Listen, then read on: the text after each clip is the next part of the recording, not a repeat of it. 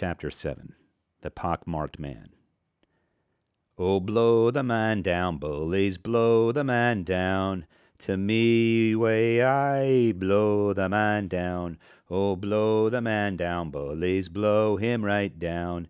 Give me some time to blow the man down. Halyard Shanty. When Bert's feet rested on the firm deck again, he forgot to gloat over his successful first trip aloft. All thoughts of the breathless climb into the sky, his momentary terror on looking down, the friendly words of growling old Smith, were blotted from his mind by a new and tumultuous train of ideas. Nor was his state of mind improved when, on glancing about him, the first familiar figure he spotted had the narrow shoulders, sharp, grimacing features, and two bright eyes of the little man who had stood second in front of him when the crew signed on, his acquaintance of the rainwater incident on the cable car. He wasn't one of the crew, since he had merely tried to sign on for someone else. Then he must be in the China gang. But the pockmarked man, what was he doing in the Queen of Asia's crew? The man who had tried to drown his sister Beth because she had picked up a mysteriously important cigarette? The man who had presented Hargrave with a time bomb because, according to Hargrave, he was the general manager of the Nushagak Salmon Company, the company which owned and operated the bark Queen of Asia? And why had the fellow given him that look of cunning hatred when they came face to face in the rigging above the mizzen cross trees? Did the pockmarked man know him for the son of A.K. Lindsay, old Skinflint? If so, then Bert Lindsay, seaman number 28, would be on his guard. At any rate, the man would bear watching. Bert looked around hastily, his eyes sweeping over the sailors on deck and the groups of tattered, unclean members of the China gang.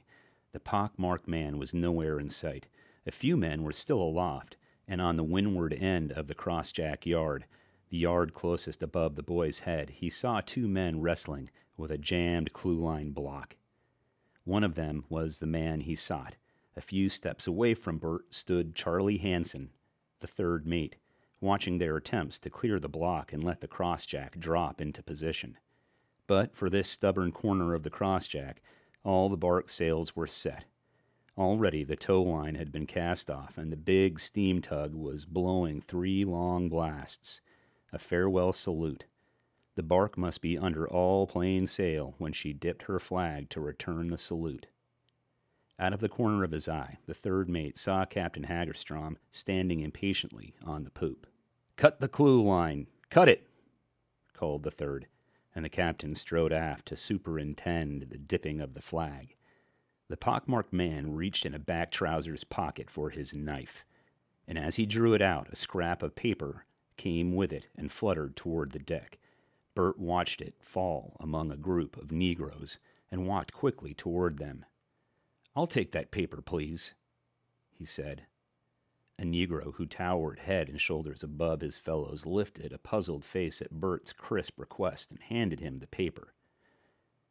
"You sure can have it, boss. It don't mean nothing to me," he said. Bert thanked him, and tucking the paper quickly into the palm of his hand, strolled to the lee side of the after deck-house, the entrance to the after-between-decks quarters. He glanced at the paper, his brow wrinkled like the Negro's. Was this a string of nonsense syllables or some unknown foreign tongue? The paper read, "Me teg work ni yab sieznil sias yaj yapad." It was signed only with the letter Q. Bert was about to stuff the paper into his pocket when a sudden thought stopped him. Q. Somewhere he had heard or seen that name before. Of course. Only last night, on the pier, the voice in the dark which had said, "Doc stuff is aboard safe now, Q." Then the unknown Q was in some way connected with the pockmarked man.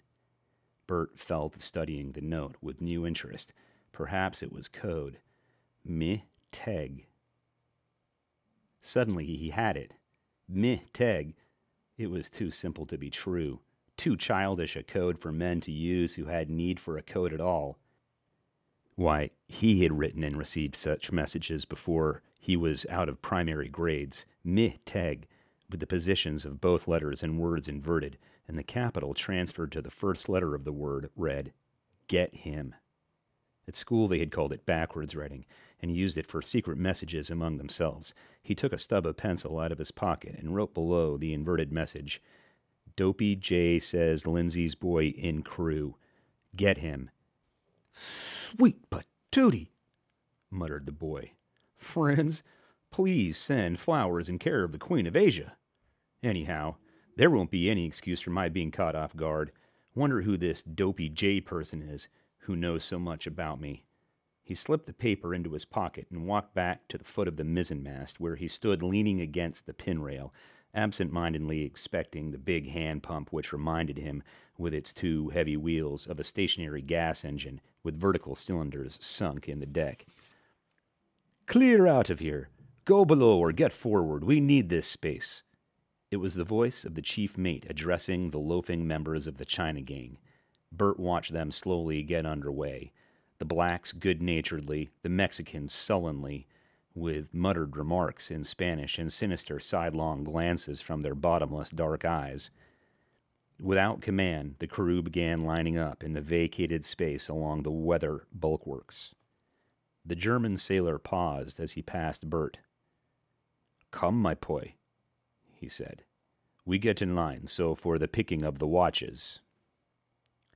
Bert saw Old Smith already in line and moved toward him. The German went with him and stood by his right side, Old Smith on his left. The German began talking to him in a low voice. "I watched you go aloft," he said. "From where I worked on the main tugsail yards, you must take it easy. Let your body swing free when you climb, a rolling motion, so, not stiff, like a soldier in the goose step. That stiffness, it will wear you out. Watch the others, and you will see what I mean." Bert nodded his understanding. "Thanks," he said. "I'll try it that way next time." The men were all in line now, and the 3 mates stood facing them. "I take Oscar Sandstrom for bosun," said the chief mate. 2 men stepped out of line and joined the mate. To the German, Bert said in an undertone, "Why 2 men when he chose only 1? "Partners work together always," he answered. "Carl Anderson, bosun," called the second mate, and 2 more men stepped out of line. It was the third mate's turn. "Einar Nelson," he called. They're picking the best sailors first, Bert thought, and they're all Scandinavians. Massive men, all bone and muscle. Back of every one a long line of seafaring ancestors. Leif the Lucky, Eric the Red. As each pair moved to the group about the mate who had chosen them, Bert noted their clothes. Many of them were bareheaded. Some wore knitted caps. Almost without exception, they wore 2 shirts. Usually, the under of the 2 was of a heavy wool, and the outer of a coarse blue striped material. Frequently, the tails of these outer hickory shirts were hanging ungracefully outside the pants, which were of every material, from blue denim to wool cloth nearly as heavy as blankets. On their feet they wore scuffers, almost to a man, heeled slippers with elastic sides. 2 or 3 wore the rubber boots, which all would wear when wet weather came. Bert made mental notes on what to buy from the slop chest. The line had dwindled to a mere handful of men now. "I suppose Old Smith will be chosen last because he's an old man," Bert thought sardonically, "and because I'm a green kid, I'll trail along a little behind the last." The German was gone. Fred von Bergen was his name. So was Giuseppe Palladini, evidently better known as Dago Gus, the smiling one who had laughed at his clumsiness on the poop. But the name that stuck most securely in Bert's mind was Pete Condon. For when the second mate called that name, 1 man stepped out of line and joined the second's group, the man with the pock-marked face. "Partners at the wheel," he explained briefly. "Pete Condon. Pete Condon." For an instant, Bert groped in his memory. Then he heard a thin, rasping voice saying, "Speaking for Pete Condon, he's sick and can I sign on for him?" So the grimacing little Hophead was a friend of the pockmarked man. The Hophead must be Dopey J, who, according to the crude code message, had informed Q that Lindsay's boy was a member of the crew. He had been standing close enough in line to overhear the conversation with the seaman about his name, and had either taken his answer literally or been cunning enough to see through his ruse to conceal his identity. The chief mate called a name, then the second. Bert's guess had been right. Only he and Old Smith were left. "Ed Smith," said the third, and trailing meekly behind Old Smith, Bert became a member of the third mate's watch. "Your watch, Gust," said the chief mate to the second, and to his own men he said, "Go below the watch." "Go below the watch," said the third, and his 12 men sauntered away to their quarters or lolled about the deck. The drunken members of the two watches, off duty or below, fell to quarreling again over anything or nothing. Men who had efficiently performed their work aloft a half hour before were now reeling drunkenly about the deck or sitting back against the deckhouse, gazing with bleary and unseeing eyes at their shipmates. Among the former, Bert saw Nick Prebison, who had introduced himself on the tugguntsel yard and promised to look after him. The boy turned away in disgust, looking about for a quiet corner where he might be alone with his thoughts. There was no such place. Everywhere he looked, the bark swarmed with the leering, sullen, sickly, or stupidly cheerful ragamuffins who composed the China gang.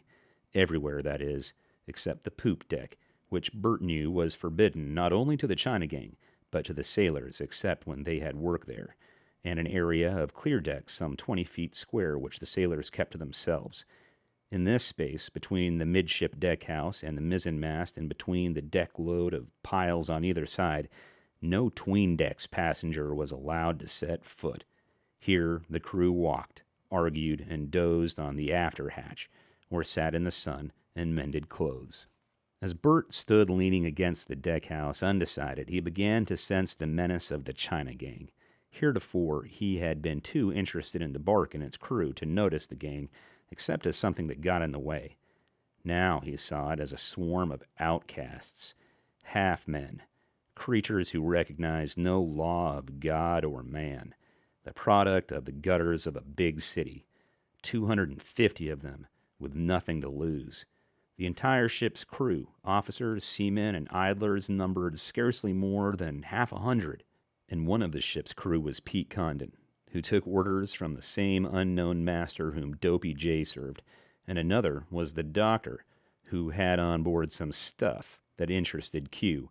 Connect the words stuff and doctor, throw in a hophead called Dopey J, a seaman who had twice attempted murder, a mysterious person known as Q who gave orders, and what did you get? Bert went aft to crawl into his bunk, feign sleep, and thus get a chance to think over his problems unmolested. On the poop, scarcely 2 feet above his head, the second mate paced back and forth, the wooden-soled shoes which Bert was to learn were an invariable part of the second's costume clattering noisily. From the 'tween decks below came a low, steady hum, the sinister hum of a nest of restless yellow jackets.